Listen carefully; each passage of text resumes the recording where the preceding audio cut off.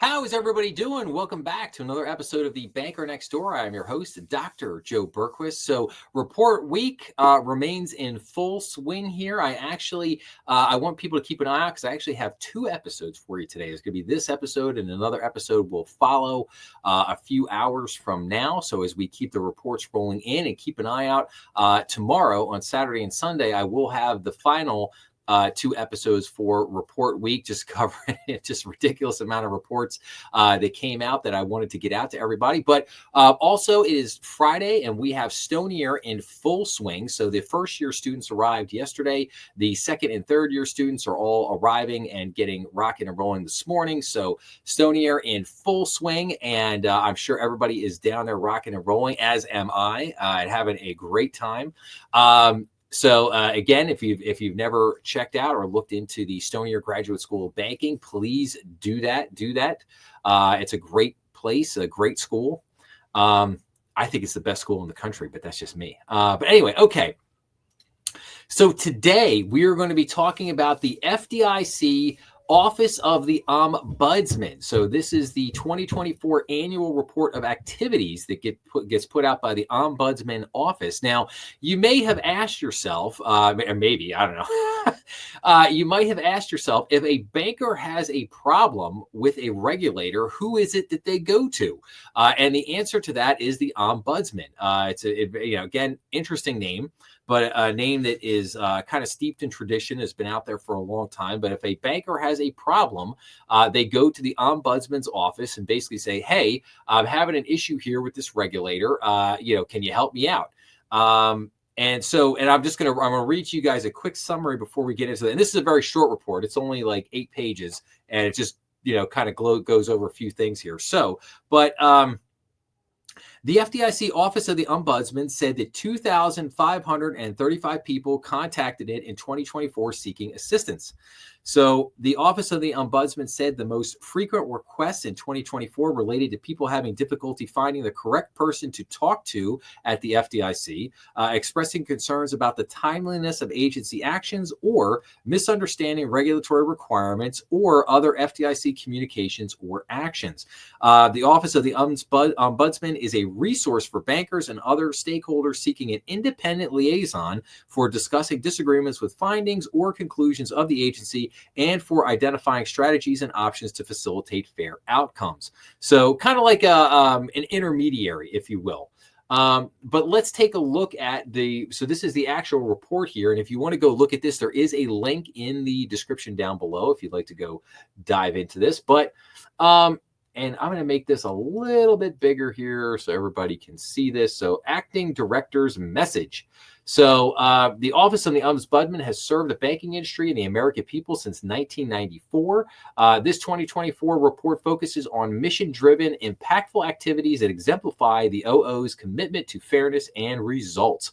This report showcases that the OO heard from industry stakeholders in 24, and it highlights the OO's impact through facilitating resolution of issues in a fair, timely, and impartial manner, while also maintaining the highest levels of confidentiality and neutrality. This demonstrates our ability to listen to you.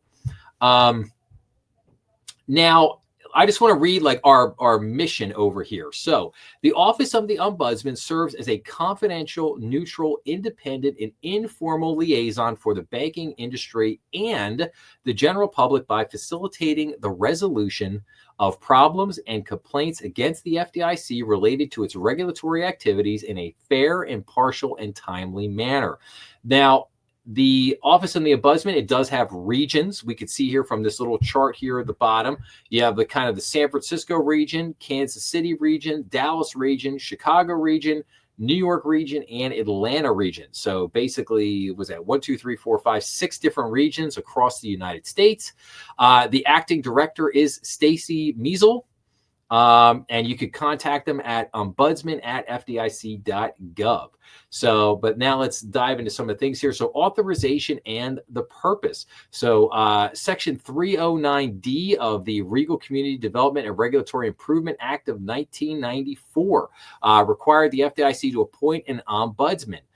Consistent with the Regal Act, the FDIC bylaws stipulates that the ombudsman shall act as a liaison between the FDIC and any affected person with respect to any problem such party may have in dealing with the FDIC, resulting from its regulatory, resolution, receivership, or asset disposition activities, and ensure that safeguards exist to encourage complaints to come forward while preserving their confidentiality. And then it says, we are here to help. During 2024, 2,535 people contacted the OO seeking assistance, and they have the core values of independent, neutral, confidential, and informal. Removing barriers for stakeholders, like what we hear, how we help, and how we solve. So the most frequent requests in 24 related to people having difficulty finding the correct person to talk to at the FDIC, expressing concerns about the timeliness of agency actions, or misunderstanding regulatory requirements or other FDIC communications or actions. And it just says here, we listen to ensure we have a sound understanding of the issue, clarify the desired resolution, assess how we can help, and offer options for resolution. This process is designed to efficiently and effectively resolve issues at the lowest possible level to help individuals find solutions that can avoid the potential time and cost associated with the appeals process, litigation, or administrative adjudication. Another way we serve those who come to us for assistance is as a communication liaison. We do this in a variety of ways, such as explaining regulatory requirements, facilitating conversations between regulators and impacted bankers or individuals, and providing additional resources. We also assist bankers in resolving more complex issues that may arise during the examination process. And then how we solve. We serve as a resource for individuals having difficulty finding publicly available agency information. We work to bridge communication gaps and find solutions.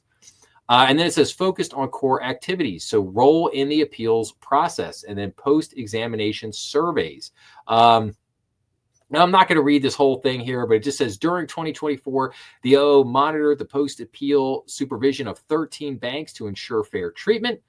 In a survey, response rate in 2024 was 54% of the examinations completed, which is higher than the 41% response rate in 23.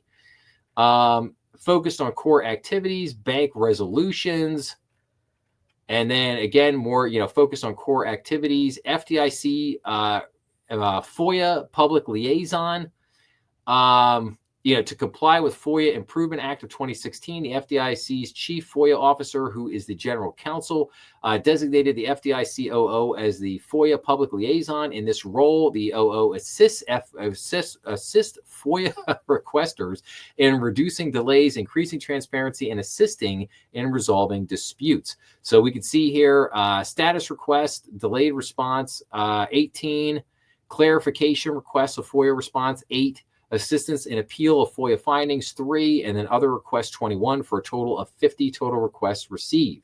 And then on the right-hand side, it just says, having difficulties, you disagree with examination findings or ratings, you believe an examination was not performed in accordance with published standards, you believe supervisory decisions did not appropriately consider your institution's risk profile, you believe your institution has been the subject of retaliation, abuse, or retribution after disputing supervisory findings, ratings, or determinations. You have been unable to obtain regulatory information or clarification or regulatory requirements from your case manager or other supervisory personnel. Let's see here. And then how can you respond? So help improve FDIC responses. Your thoughts and opinions about supervisory or resolution processes are important to FDIC leadership. Please contact the Ombudsman.